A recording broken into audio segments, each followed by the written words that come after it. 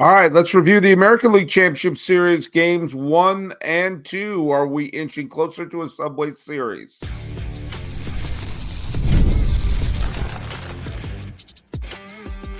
You are Locked On MLB, your daily MLB podcast. Part of the Locked On Podcast Network, your team every day. Hello, baseball fans. Welcome to Locked On MLB, part of the Locked On Podcast Network, where it's your team every day. This is the daily podcast. We talk about all of Major League Baseball. I'm your host, Paul Francis Sullivan. Please call me Sully. Today's episode of Locked On MLB is brought to you by our good friends over at FanDuel. You can get the season started with a big return on FanDuel. Place your first $5 bet, and you'll get started with $200 of bonus bets guaranteed.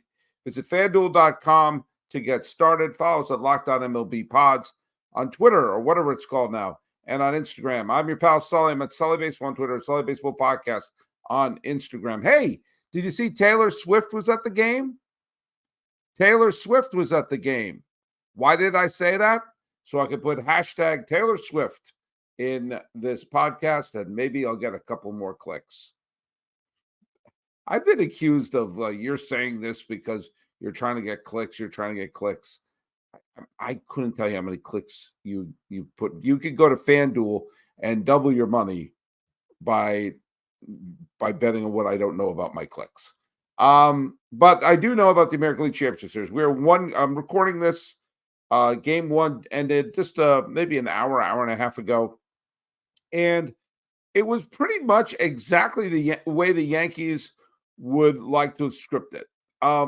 Still, Aaron Judge is still not having a good postseason. And he pulled an 0 again. His average this postseason is 133. His OPS is 564. But guess what? Juan Soto's picked it up, and Giancarlo Stanton has picked it up. And, it's amazing that Chisholm is batting 105 with an OPS of 4. Judge is batting 133 with an OPS under 6. And yet the Yankees have only lost one postseason game. They're getting the pitching they need. Carlos Rodon. Look, I was not a huge fan of the Carlos Rodon pickup for the Yankees. I'm not going to pretend that I'm a Yankee fan by any stretch of the imagination. And obviously last year was a lost season for Carlos Rodon. He only pitched in 14 games, and he was dreadful. This year he was pretty good. I mean, he had his ups, he had some bad outings, but he pitched 175 innings. His ERA was under 4, and he did not pitch well in the first game against Kansas City, but he pitched really well tonight. He pitched 6 innings. He did not walk a batter. He did let up a home run, but he only let up 2 other hits. And that's really, Rodon probably could have come out in the 7th. But Clay Holmes, Holmes has found his new role. Holmes has been very good as a setup man. Now, Tim Hill came out and pitched the 8th inning. He was not good. Luke Weaver came out. He was good. Struck out 4 batters, got a 5-out save. 5-out save. And the Yankees won 5-2 in front of 47,263 people plus Taylor Swift. What went right for Cleveland? I'll tell you what went right. Brian Rocchio did a good job. He hit a home run. He's had a very good postseason. And he made a smart play in that interference play at first base. I don't know why it was considered controversial. It was clearly he ran into the I think was it Weaver or Hill or whoever he bumped into. I forgot. He bumped into at first base. That was clearly an obstruction call. So he did a good job. Noel got a hit, but not much else. Rookie got the 2 hits, and there were only 4 other hits the entire game. Not great, Bob, to pull the Madman meme. So, one other thing, Pedro Villa pitched well. He pitched 2 1/3 shutout innings out of the bullpen to give him a little bit of wiggle room. This is a game that I thought favored Cleveland. I I thought that now, I didn't think Cobb was a great pitcher, but I felt if he could wiggle out of trouble early, I thought Rodon was vulnerable because he was not good against Kansas City. But give the Yankees credit. You got to give the Yankees credit left and right because everything on a first glance and a first blush of what's been happening this postseason looks like it is the recipe of disaster for the Yankees. They got a bad start from Rodon. They got a mediocre start from Cole in his first start. And Judge has basically been a non-factor. But despite all of that, they're 4-1 this postseason. And they just looked better than Cleveland. I have to admit, like the first few, it was no score going into the third, but then the Yankees scored the 3 runs, highlighted by the home run by Soto. Later, Giancarlo Stanton hit a massive home run.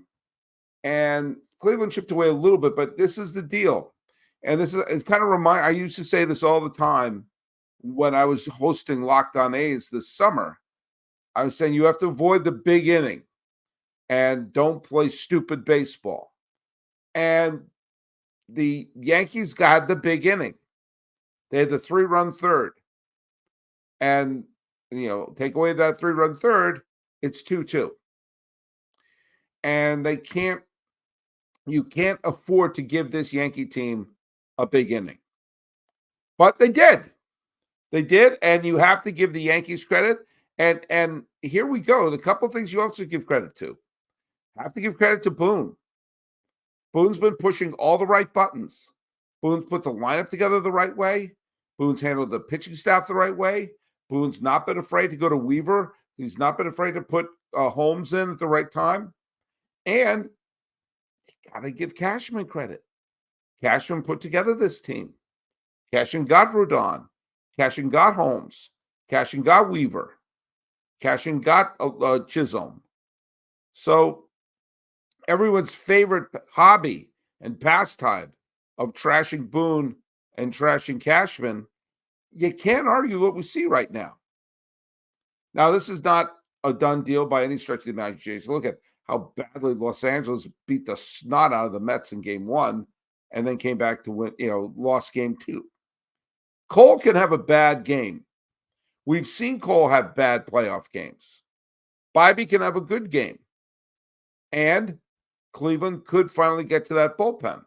The one good thing that happened to Cleveland is that when you take a look at the team, take a look at who they used. Cantillo, Avila, Sobrowski, and Walters. One really positive thing, if you're going to lose a game like that if you're Cleveland. Because think about some of the people they didn't have to use.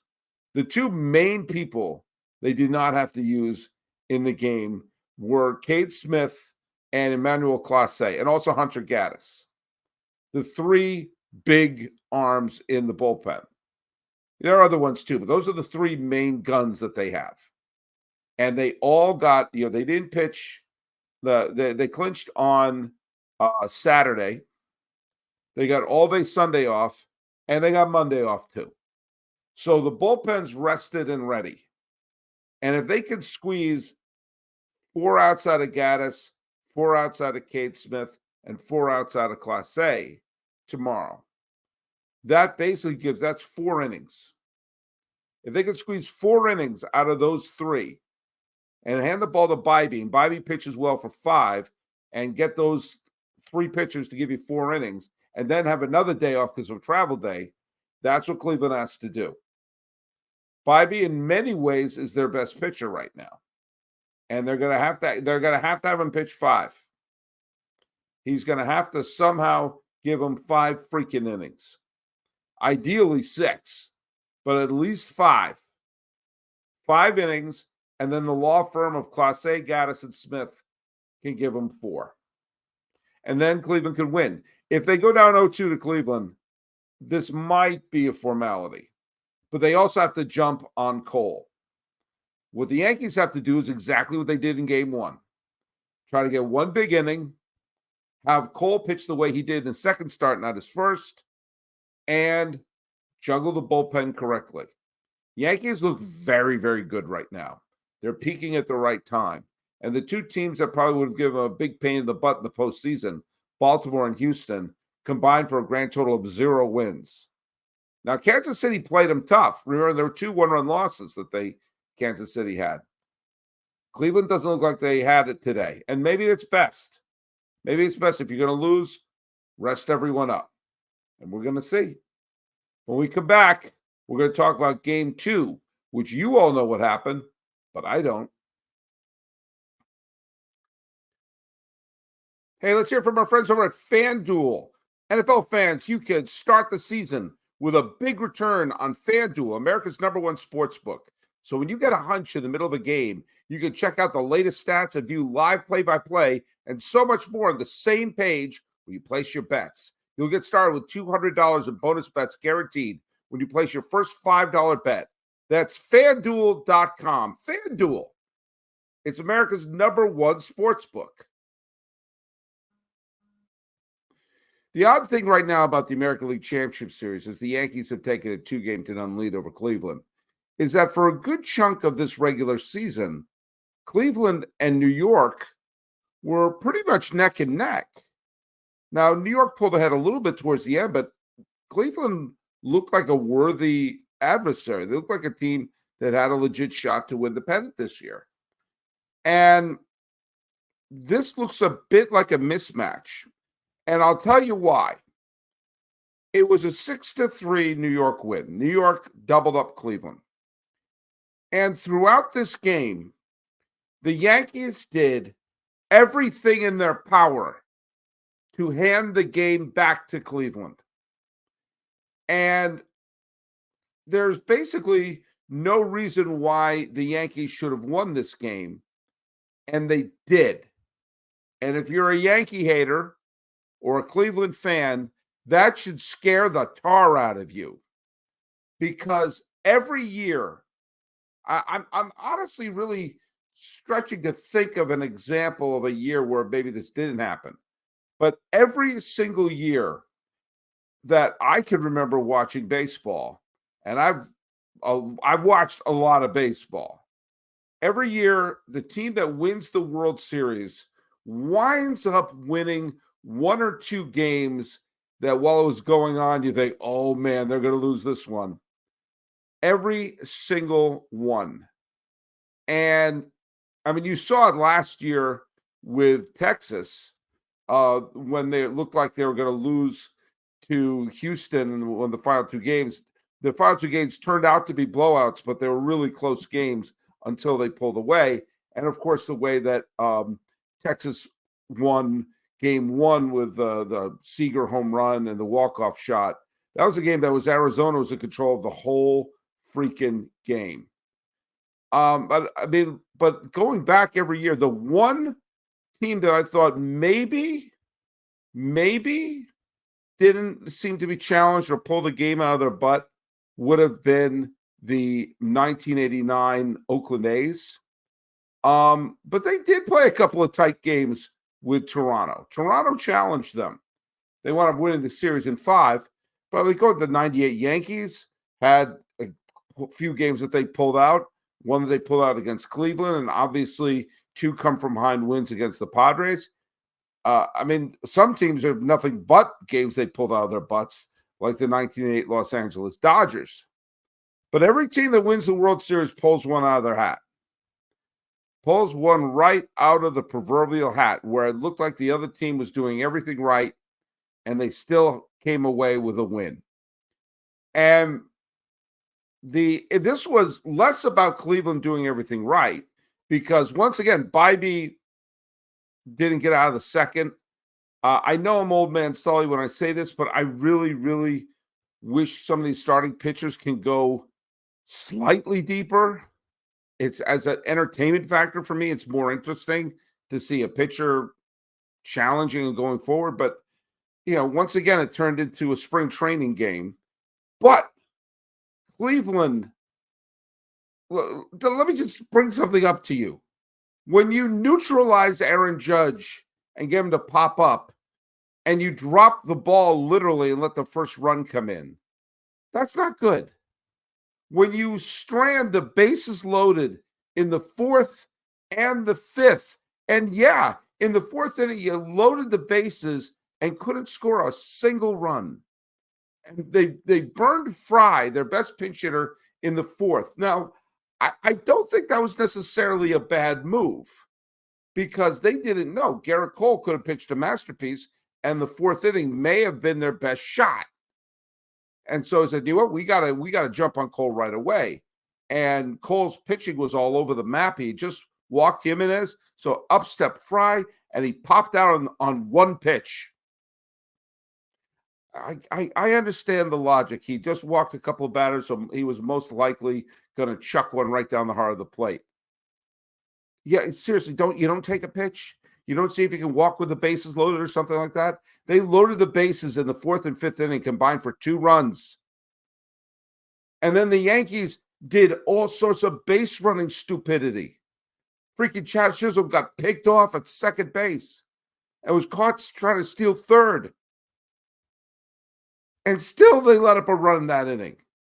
And they've been neutralizing Aaron Judge all freaking game until the seventh, of which he hit a ball that went right into center field at Progressive Field in Cleveland, right into the forest area of Progressive Field in Cleveland, which was doubly impressive because the game was played in New York.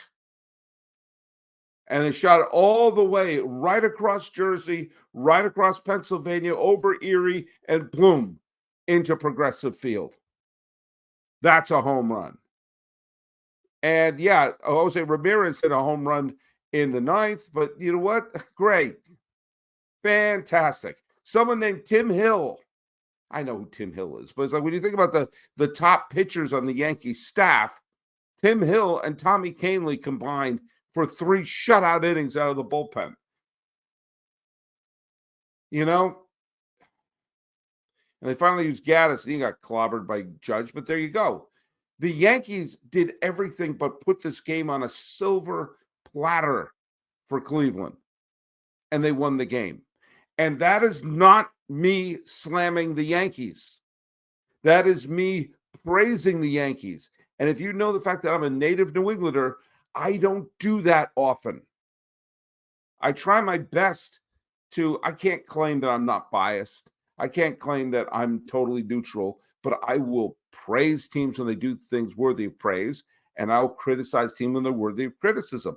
And the New York Yankees have dusted themselves off from a dreadful middle third of the season. And they did, and in retrospect, 2 things they did extraordinarily correct that turned the season around. One was, of course, moving Holmes from the bullpen closer to a setup man and putting Luke Weaver in as the closer. Weaver has taken to the job like a fish to water, and Holmes, without the pressure on him, has pitched quite well. Thank you very much. But also the acquisition of Jazz Chisholm. The team desperately needed another bat in their lineup to do something, and it didn't matter what position he played. Another physical bat. Would you rather have DJ LeMahieu playing now or Ben Rice? Chisholm has done the job and done the job well. And now Rizzo comes back. So is this series over? No, it is not. It is not over.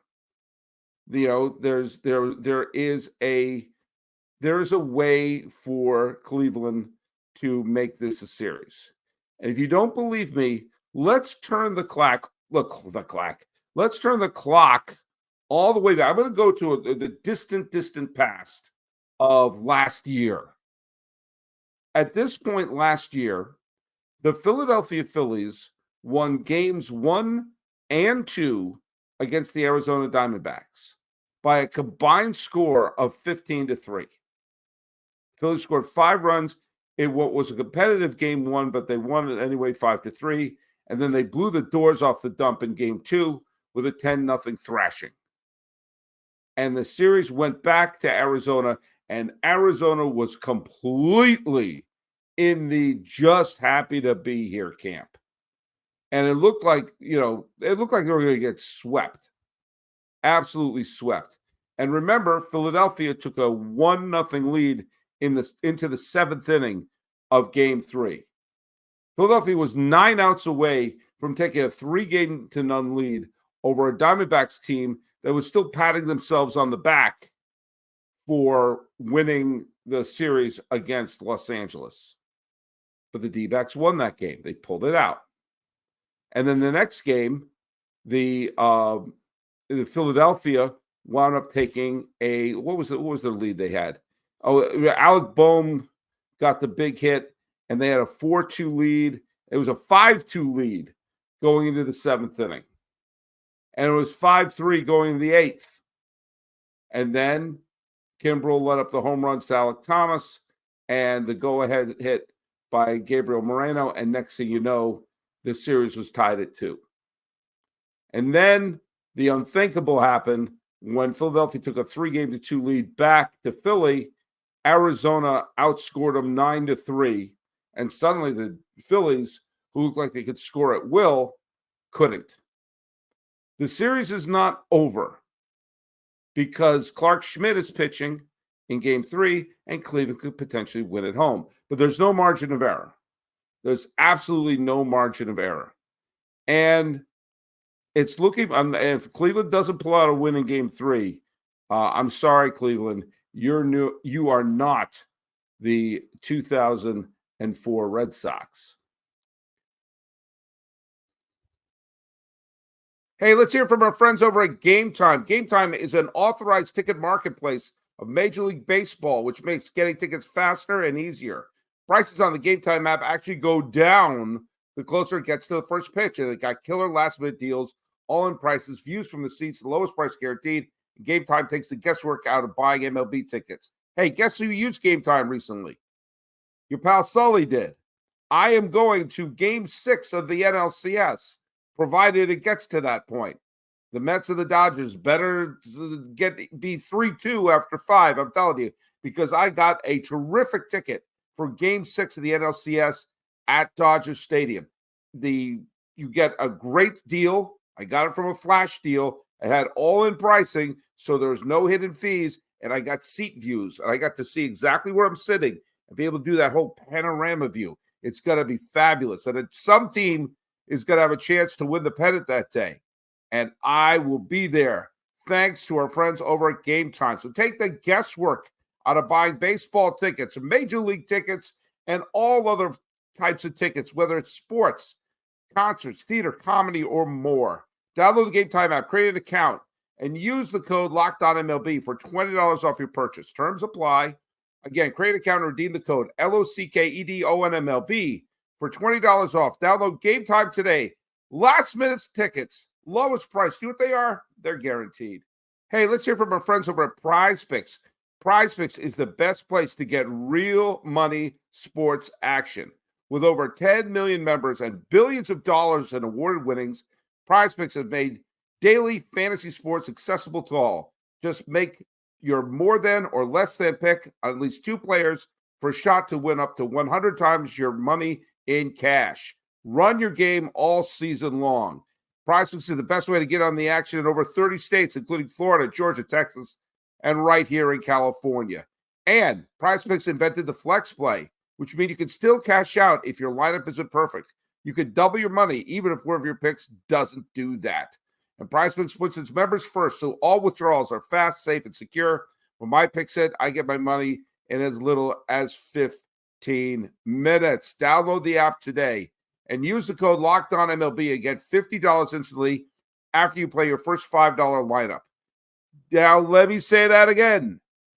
Download the app, use the code LOCKEDONMLB to get $50 instantly after you play your first $5 lineup. This is all part of PrizePicks. PrizePicks! Run your game.